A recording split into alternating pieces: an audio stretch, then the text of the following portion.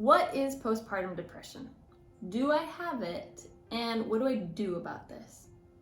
So 8 out of 10 women say that they feel a dip in their mood after birth. And this is so common that they say that it's normal, and it's called the baby blues season. But there's a point in which it transitions from baby blues to postpartum depression. And that's what we're going to talk about today. We're also going to talk about the hormones that are responsible for your mood and what's happening after birth. Because just seeing that chart alone after my birth made me feel like I wasn't crazy, and that it's like, okay, I understand what's happening in my body. What is postpartum depression? Well, let's just break it down real quick. Postpartum. Postpartum means after birth, but they have renamed it to peripartum because they're finding that these symptoms are showing up during pregnancy and after birth. Depression. Depression is when you just feel low, you feel disconnected, you feel apathetic for a prolonged period of time. Now, why does it happen? There's a number of factors as to why postpartum depression happens, and no one's able to narrow it down to one single thing because there's, your history. Have you had depression? Have you had anxiety before? Did you have a traumatic birth? Did you have a difficult pregnancy? There's a number of factors that can play into it, as well as now our sleep is disrupted. Now we tend to be a little bit more isolated. There's a lot of things that go into this, but there's one thing I really want to talk about today, and that is the role of your hormones in your postpartum season. 2 hormones in particular, progesterone and estrogen. Now, progesterone is your chill, relax, equal mood hormone. And estrogen is responsible for a lot of things, but it also can impact your dopamine and your serotonin, which is the feel-good hormones, the motivation, the balanced mood, sleep, memory, a lot of good things. Now, during pregnancy, these hormones are rapidly increasing. Your progesterone alone, which is the chill hormone, that can increase up to 200% during your pregnancy. So you can have twice as much as you typically have.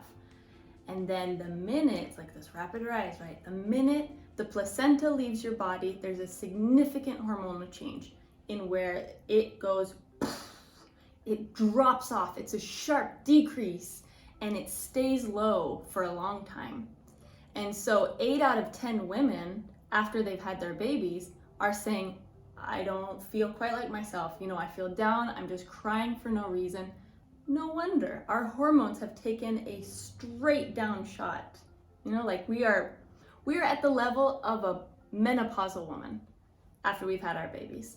So it is no wonder we feel out of sorts. It is no wonder we don't feel quite like ourselves. And it's so common that it's labeled a normal emotional reaction after birth. And it lasts around 2 weeks, which is the typical increase in your hormone level to where you're starting to feel a little bit, okay, I feel a little bit more balanced in my mood. I'm not just suddenly crying at the drop of a hat. But for some women, this feeling extends past that 2-week baby blues category. And if you're getting any value at all from these videos, if you will just do me a favor and like it, subscribe, put in the comments, let me know things you want me to talk about, what you want me to break down, any questions that you have. I really want to hear from you. I want to know what would be helpful to create for you, what resources you need. Now, do I have postpartum depression? Only you can really answer that question because only you knows what your internal state is. But before you self-diagnose, I want to talk about 2 things that are really important, which is the difference between depletion and depression.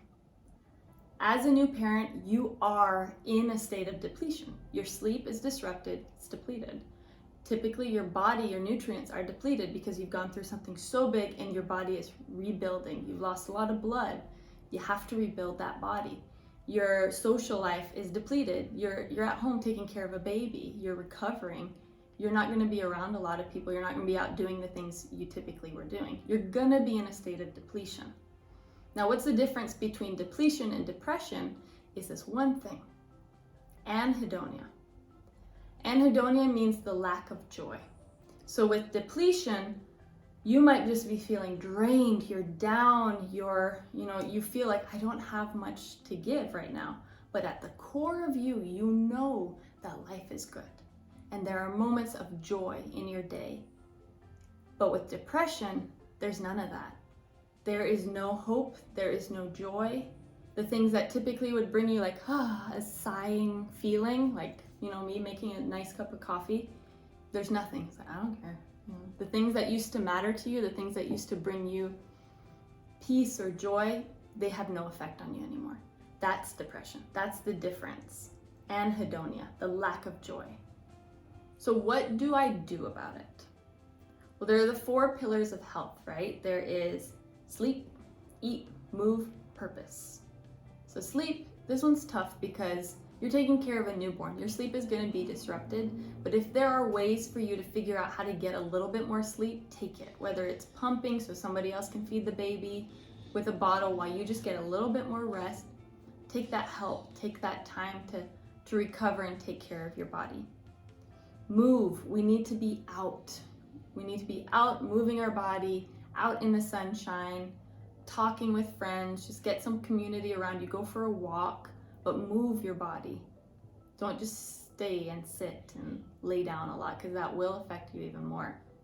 Eat, we need to be eating nutritious, like nutrient-dense foods. We need more iron.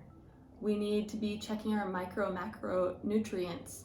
We need to be taking care of our food and be nourishing our bodies because our body is nourishing another person. Whether you're breastfeeding, whether you're not, your body is taking care of another being. So you need to be nourishing yourself. And purpose. You have a new role in life and you have purpose outside of being a mother. You have purpose outside of your relationships. You have purpose in yourself as a human being. But it helped me to find, okay, what is my purpose in this new role? What do I want to be? What kind of mom do I want to be? When my kids grow up, what do I want them to say about their childhood? And this is my purpose in this role of my life and this season of my life. And I can choose to love it or I can choose to really struggle with it.